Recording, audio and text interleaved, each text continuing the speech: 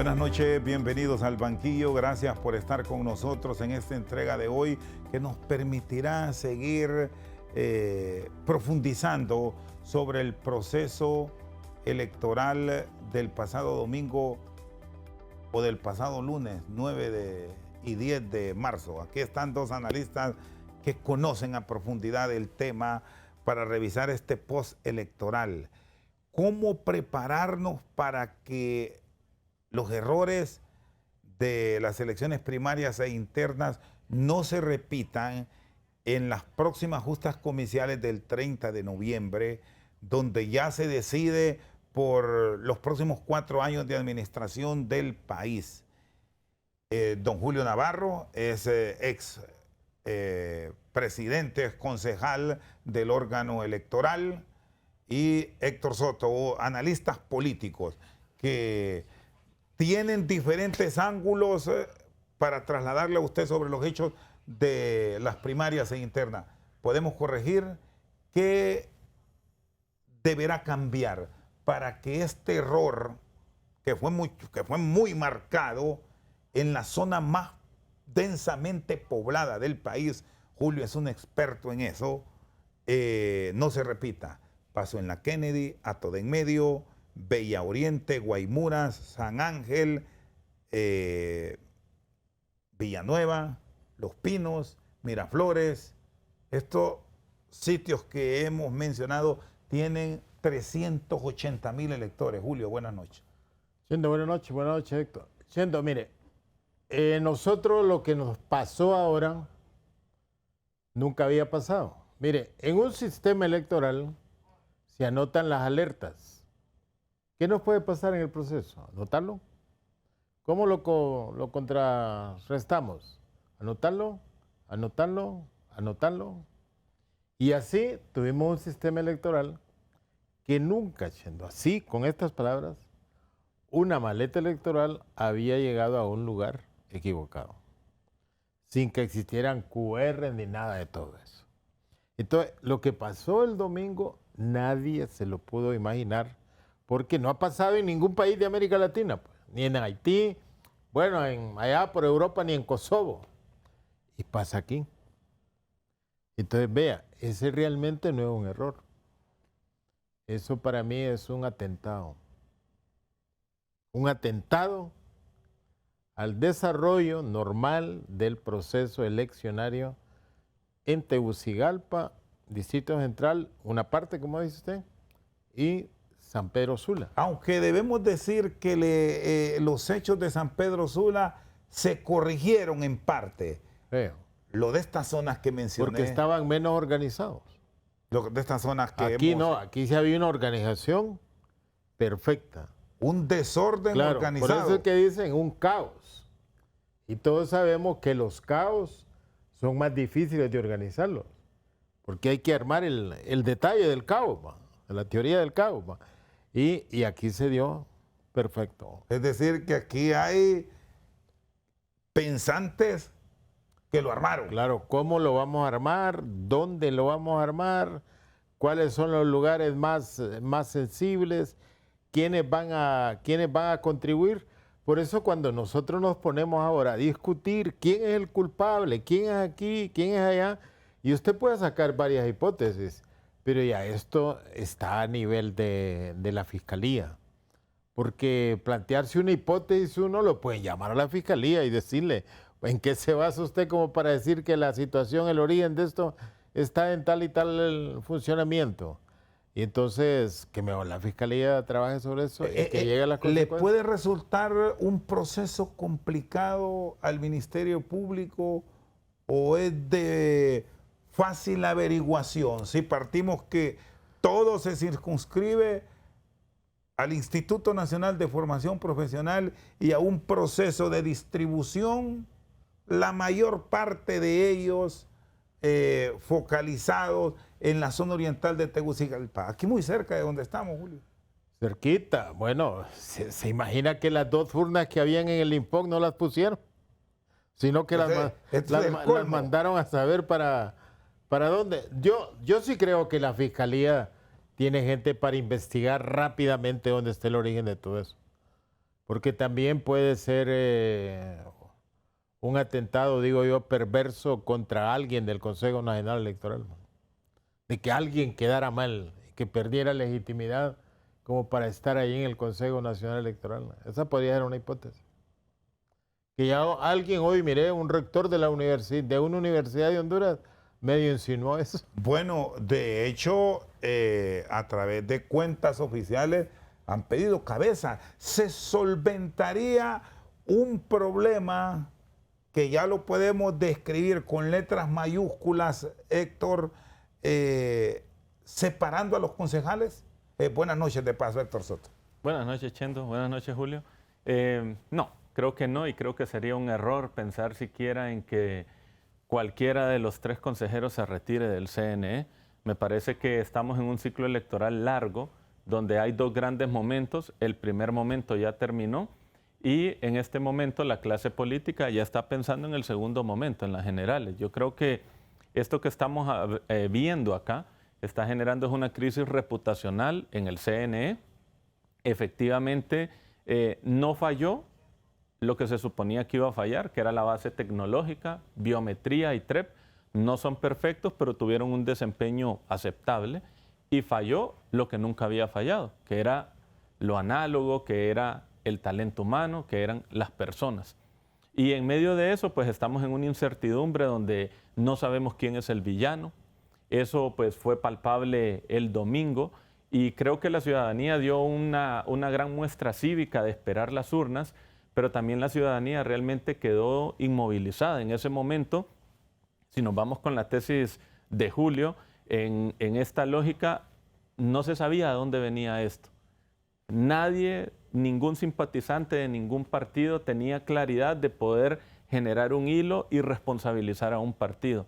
Y creo que esa sensación de incertidumbre, de no saber dónde estaba la dificultad, ayudó casualmente a serenar el ambiente, porque no había claridad. Porque aquí sí hay un sector al que le debemos dar las palmas por lo resilientes que fueron, es al ciudadano, a la sociedad que como tal aguardó, sin llegar al desorden que a lo mejor esas mentes que prepararon estos que señalaba Julio es un sociólogo, no esperaron ese comportamiento de los capitalinos y quienes han venido del interior a vivir a Tegucigalpa, que es de aplaudirlo. Es de aplaudirlo. No hubo un tan solo desorden a pesar de todas las dificultades que se estaban viviendo el domingo. Y es curioso, Chendo, incluso ese acto cívico supera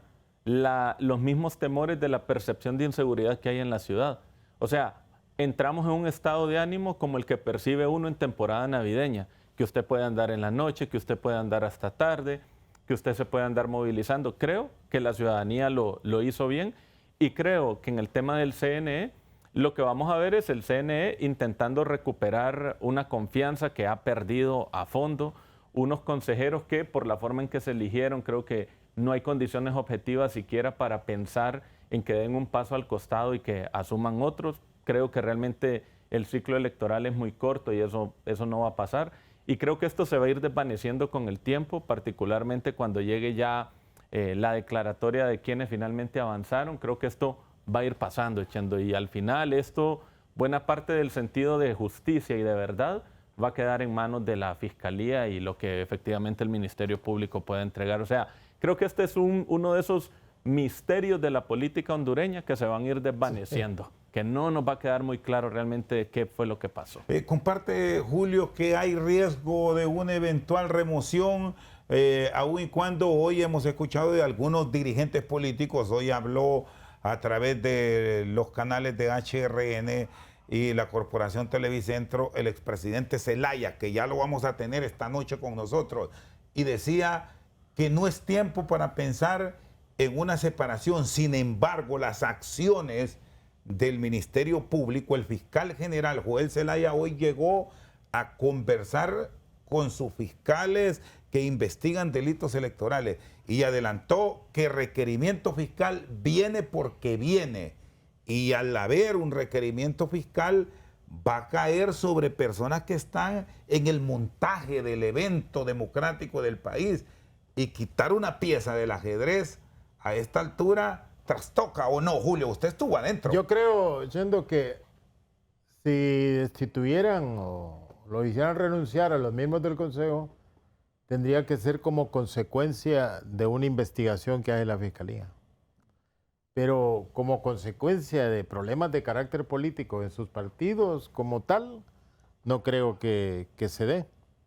Porque, mire, eso también sería poner en riesgo el otro proceso electoral.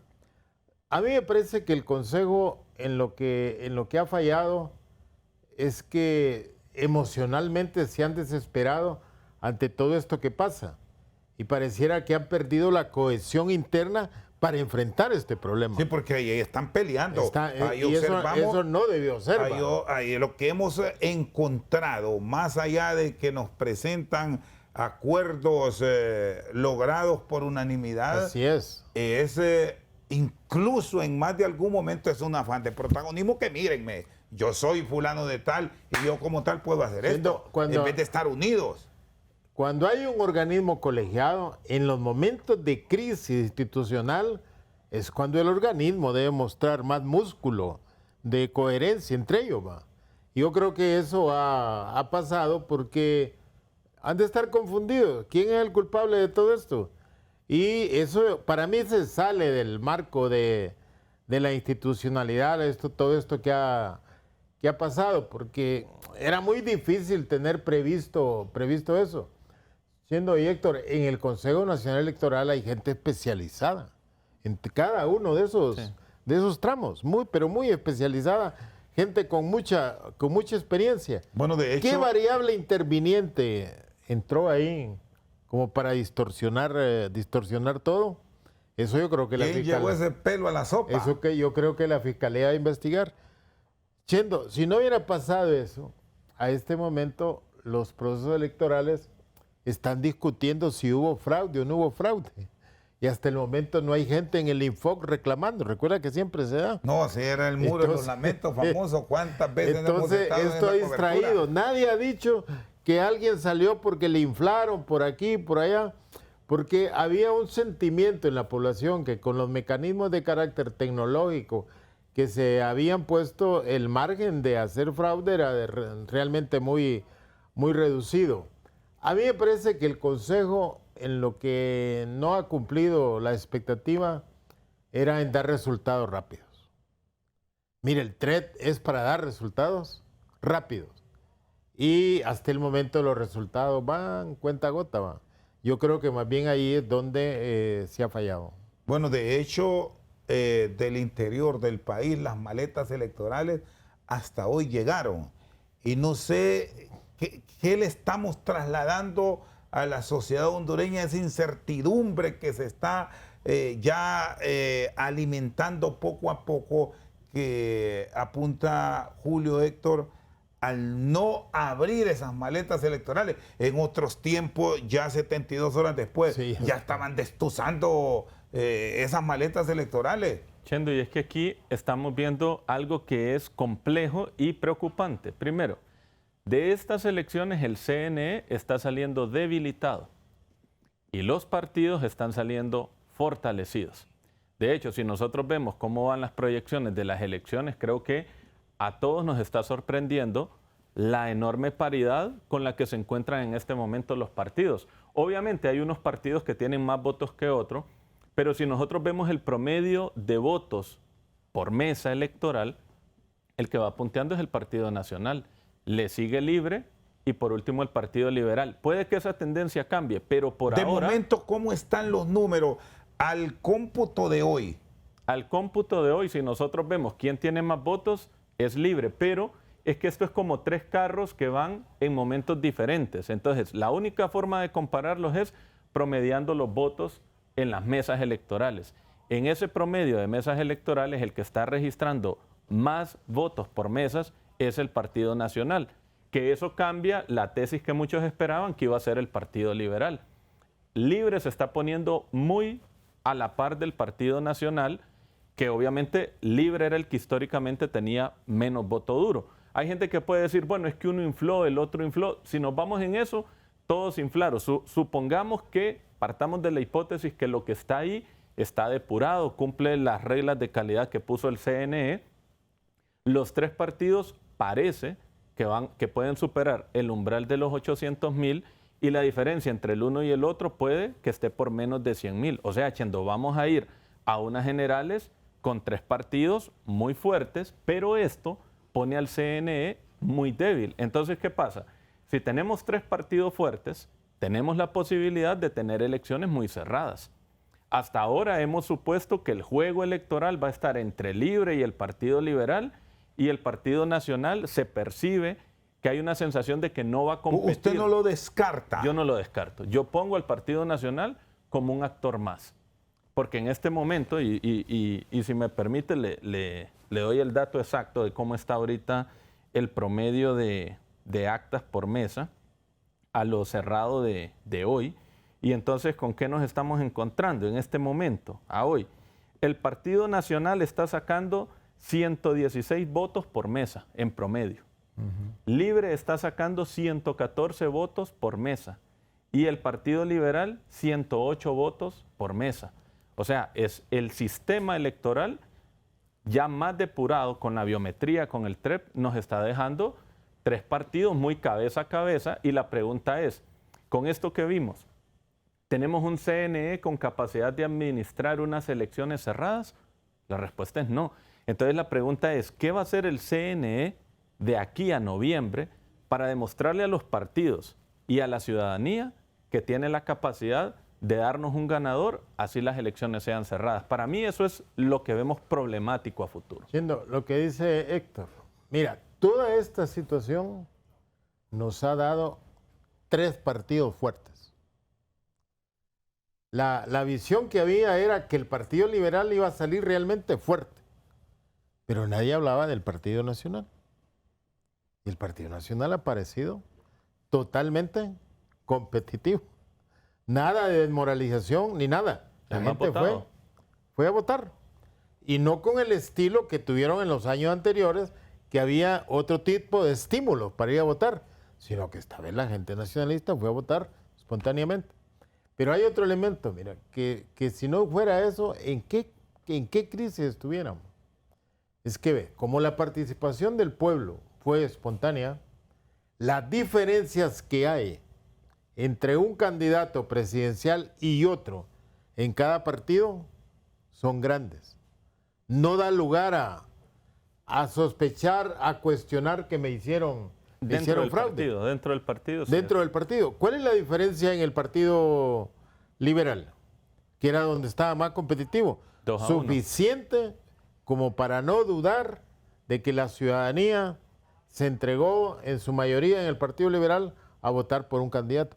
¿Qué tal que estuviéramos nosotros como las elecciones del 2017 generales? Así, pegaditos, 2 candidatos. Estaríamos buscando otra explicación de quién escondió las urnas, de esos que sacan menos votos o que sacan más votos. Ahorita no, asumimos que la falla de las urnas es un problema de gestión del Consejo Nacional Electoral y no un problema de que alguien se aprovechara de esa ventaja comparativa de no llevar las urnas en aquellos lugares donde se suponía que uno de los candidatos tenía mayor ventaja. Por eso lo que dice Héctor, y todo esto se lo debemos, Chenda, a la iniciativa ciudadana, al civismo del ciudadano.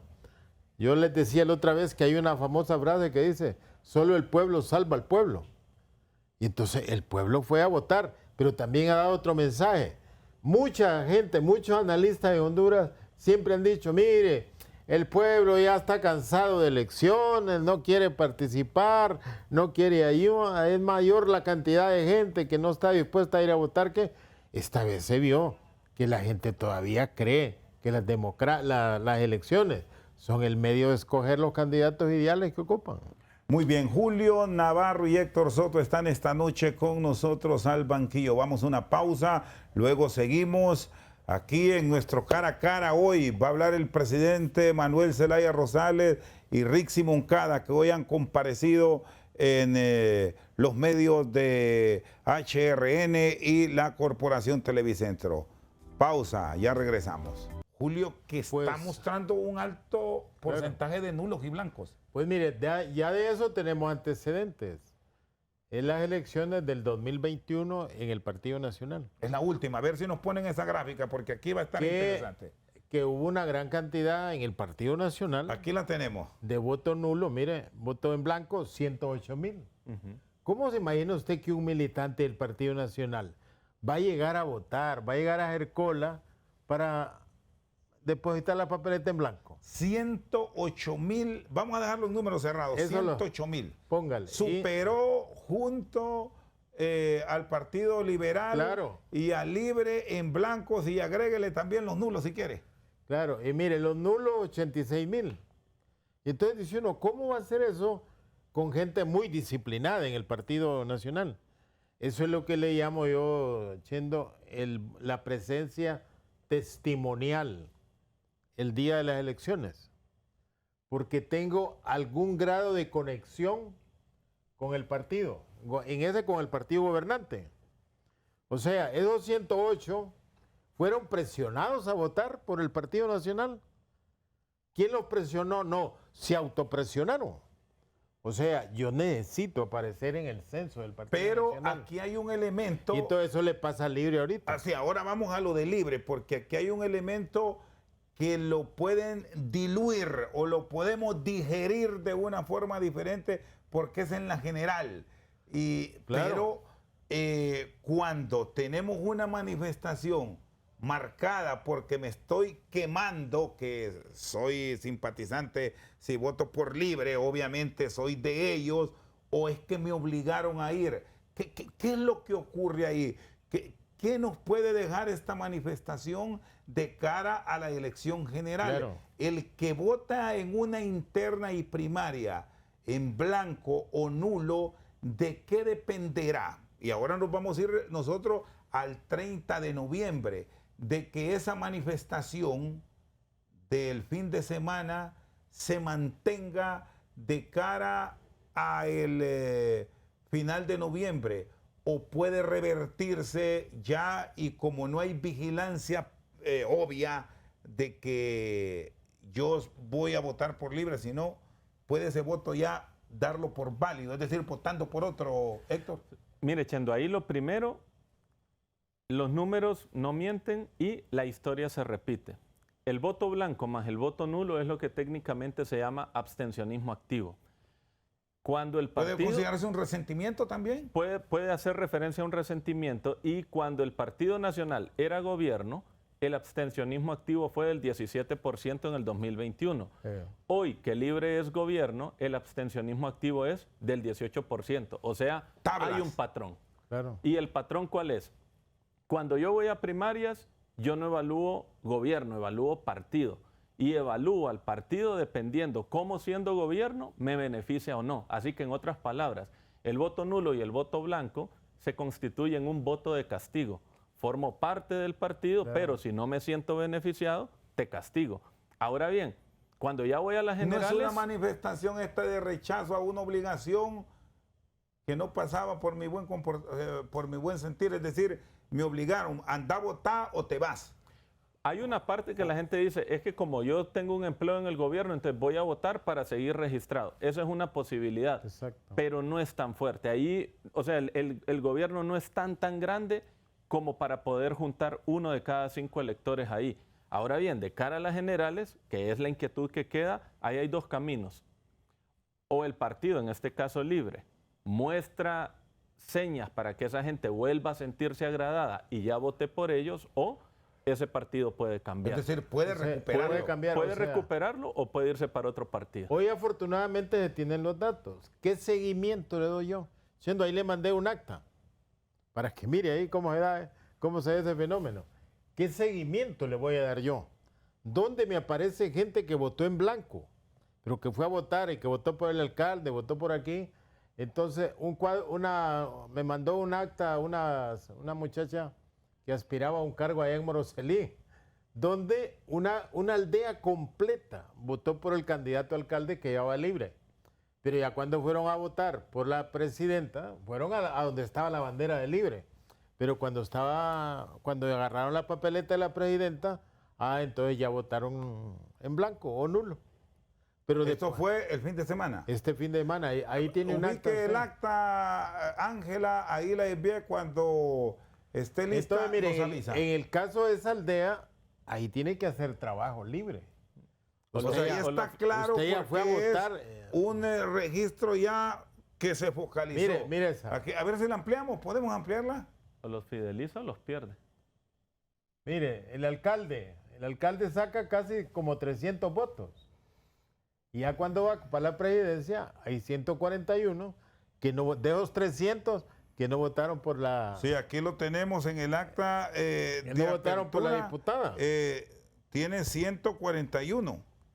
Sí. Esto es para el movimiento de la abogada Rixi Moncada. Sí. Pero en el mismo sitio, en la misma Junta Receptora de Votos, el alcalde sacó 349 votos. 349 votos. Y ya entonces la presidenta Rixi solo 184. ¿Entiende? O sea, los que eran nacionalistas, ¿por qué aldea nacionalista esa? Le dijeron a su candidato, vos sos del pueblo, vamos por vos. Y fueron y dejaron la bandera del Partido Nacional y fueron a votar por él. Pero cuando agarraron la papeleta para presidente, entonces ya no. Entonces ese alcalde tiene esa gente, sabe quién es. Puede irla a visitar para comprometerla en el voto presidencial. Sí tiene que hacerlo. Tiene que hacerlo. Porque él las tiene seguras. Y es fácil la ubicación ahora con el uso de la tecnología, Totalmente. la georreferenciación, de encontrar, no es que se va a encontrar a la persona, estamos zona. claros, pero por La lo menos zona. la zona. Sí. Sabemos que en la colonia Kennedy, por citar un caso Claro. de Tegucigalpa, en la Supermanzana 2, en tales bloques donde se movilizaron a votar a la escuela Esteban Mendoza o a la Roberto Sosa, ahí hay votos que son nulos o blancos. Se puede. ¿Qué se ocupa para eso? Organización. ¿Y quién la tiene? Bueno, No, me pregunto quién la tiene de los, bueno, en cuanto a los tradicionalmente partidos. quien ha tenido esa organización puntual han sido los nacionalistas. Pero libre, hoy se necesita reinventarse. En una organización puntual. Mire, los nacionalistas tienen alguien que está chequeando quién llegó a votar, quién no llegó a votar. Y eso libre nunca lo ha tenido. Bueno, no sé si han llegado a ese... Y los liberales, ¿cómo están? Los liberales en esta elección han tenido un voto más espontáneo. O sea, menos conducido, menos organizado, sino que tienen un voto espontáneo que se mira en la zona. Pueden, con el uso de la tecnología, a pesar de estar en la llanura, porque el otro elemento es que para esto se ocupa plata y hay que tener el recurso disponible, pueden llegar a tener los niveles de organización y no pensar en la espontaneidad que puede tener el elector para tener una movilización masiva y llegar al 30 de noviembre como una oposición contundente. Chendo, le digo, yo que vengo del Partido Liberal, esa tradición... ¿No le han dado ganas de volver al verlo del domingo? No, esa tradición nunca ha existido en el Partido Liberal. En el Partido Liberal la teoría era, el día que nos organicemos, ese día perdemos las elecciones. ¿De acuerdo? Entonces no, pero el Partido Liberal fue el primero que hizo un censo. Entonces, en estas elecciones, el voto más espontáneo, menos inducido, menos llevado, es el voto del Partido Liberal. Aquí hay un elemento, Héctor. Nos hablaron ustedes a nivel de las diferentes comparecencias que había que tener en cuenta un fenómeno que estaba mostrando Salvador Narrala y que ha sido histórico desde que Salvador decidió incursionar en política y la creación del Partido Anticorrupción, que se retiró, luego del PCH, que también se retiró, y ahora en el Partido Liberal. Y es que no puede negar absolutamente nadie en el país que Salvador es un hombre muy popular, y es quizás la figura del país más conocida por el tema de la televisión de años. pero eso era popularidad, que no se transforma en intención de voto, pero sí lo ha mostrado Héctor, este fin de semana. Un momentito, Chendo, así. Chendo, aquí siempre existió el mito que para ganar una primaria usted ocupaba estructura. Y el voto duro famoso, solo ve el voto duro, el independiente no va. A partir de eso se deducía que quien tenía las probabilidades de ganar primarias en el Partido Liberal era Jorge, porque tenía la estructura de Yanni Rosenthal, aunque las encuestas nunca dijeron eso. Las encuestas siempre decían que ganaba Narrala. Entonces, Narrala, sin estructura prácticamente, más que la de algunos alcaldes, gana estas primarias. Porque hay otro elemento que Héctor lo puede manejar. En estas primarias es donde más va voto joven que nunca había participado. ¿Cómo analizar este fenómeno que sí movió una masa del voto independiente de aquel ciudadano que no le gusta quemarse, que piensa en función de que es mejor ir a la general y no a la interna? No darse color. Sí, es que ahí hay varias cosas con Salvador y, bueno, primero hay que decirlo, es un fenómeno en términos de la capacidad que tiene de captar votos, tanto así que la misma clase política del Partido Liberal se equivocó con él. Y hay un elemento contundente. 95 diputados buscaron la reelección. En el Partido Nacional se alinearon con la corriente de Nasri Asfura. En el Partido Libre se regó un poco más, pero fundamentalmente con el M28. Y en el caso del Partido Liberal fue con la corriente de Jorge Cálix. O sea, ahí hay un indicador clave y es que la confianza sobre el éxito que puso la clase política del Partido Liberal la puso sobre Cálix y no sobre Nasralla. O sea, se equivocaron con él.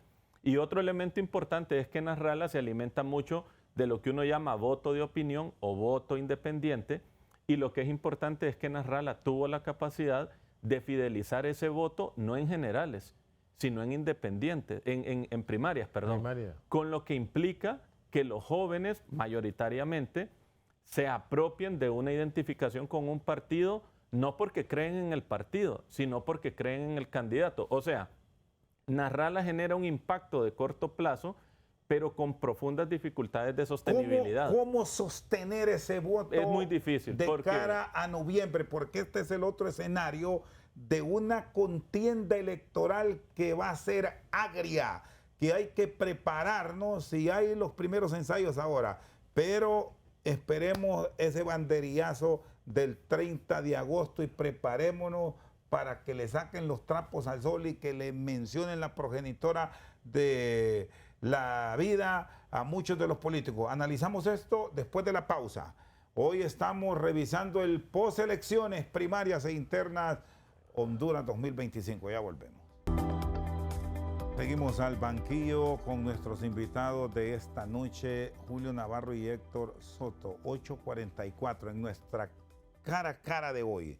El expresidente de Honduras, Manuel Zelaya Rosales, ha dicho que se vaya ya en coalición la oposición, que se una el Partido Liberal con Nasralla a la cabeza y el Partido Nacional que tiene a la cabeza Tito Apura. Si esa coalición ocurre, esto es lo que dice el presidente Manuel Zelaya, le viene a libre.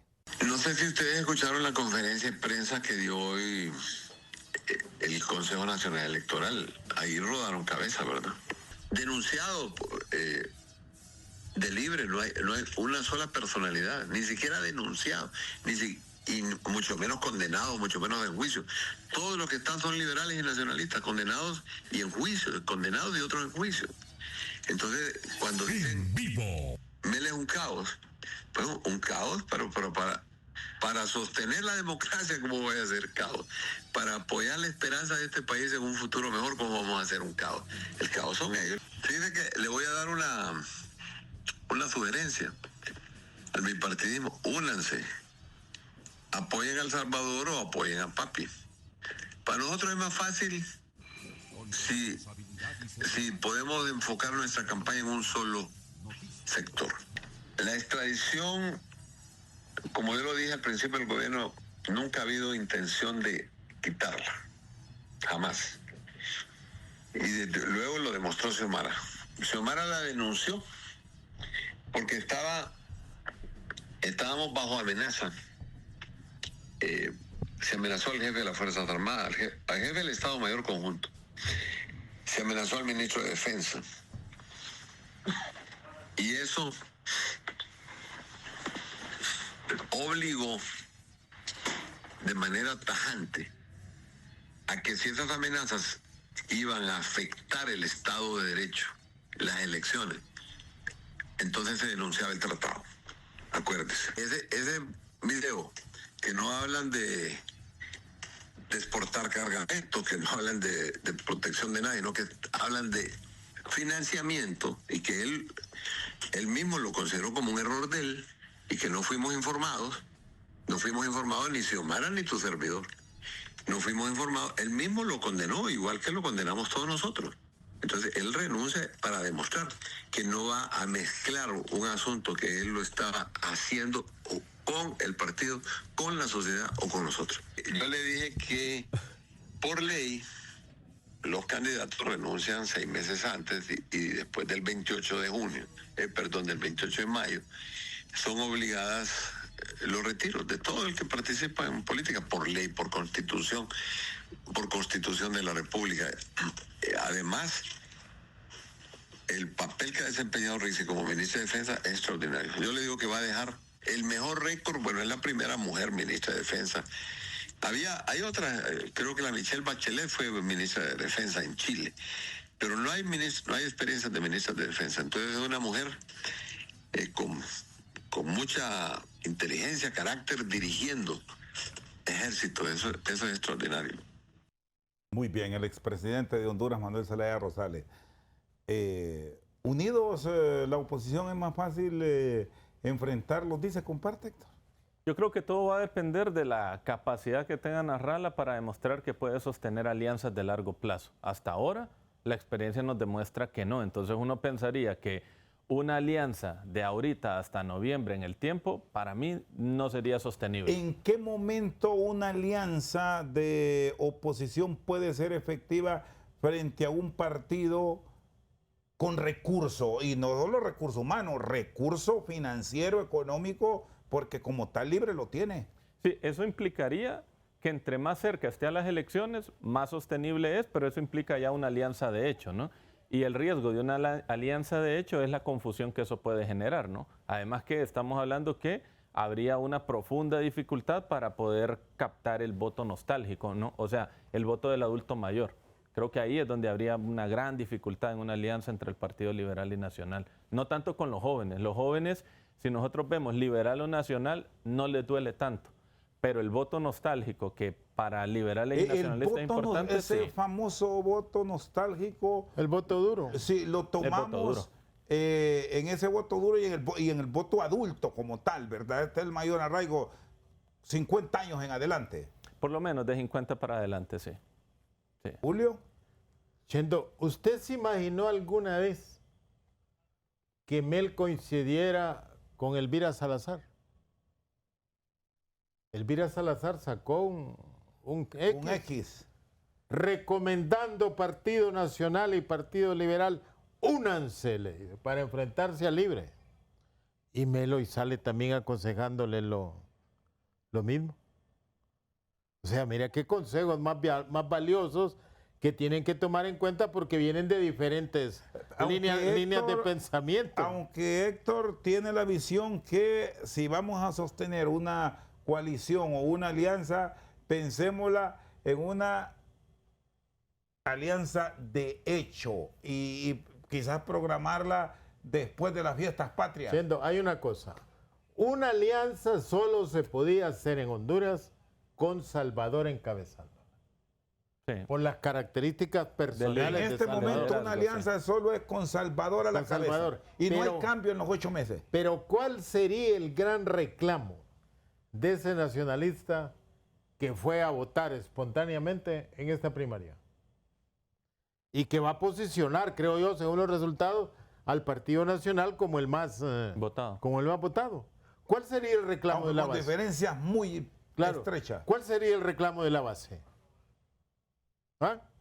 ¿Cómo nos va a entregar la candidatura al Partido Liberal cuando decimos Partido Liberal y Partido Nacional que no coinciden en nada con Libre? Pero que al interior de esa población que hablamos, Chendo, del voto duro del Partido Nacional unido con el del Partido Liberal, eso no es cosa fácil.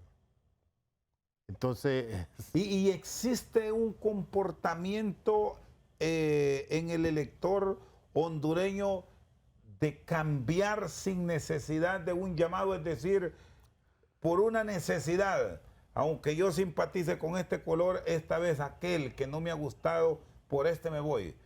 ¿Puede ocurrir, eso ya ocurrió pasarse un fenómeno así? Ya ocurrió en Honduras, 2017, ¿sí?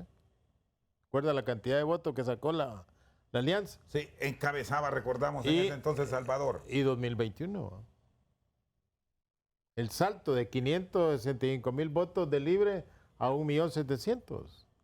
El punto ahí, Julio, es que la franja ideológica que había que caminar no era tan larga. O sea, el problema del Partido Liberal y el Partido Nacional es que la franja ideológica es muy grande. O sea, intentar juntar franjas ideológicas largas, eso es casi una misión imposible. Y el Partido Nacional se está proyectando como el más votado. Yo creo que el Partido Nacional lleva 4 años siendo oposición.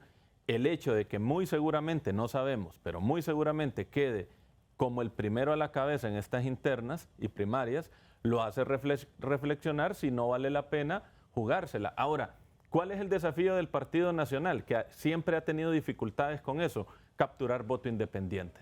Muy bien, vamos a hacer una pausa. Son las 8:53, estamos pendientes de una cadena nacional a las 9 de la noche. Ya regresamos al cierre aquí en Al Banquillo. Seguimos esta noche al Banquillo, teníamos pendiente el tema del voto independiente.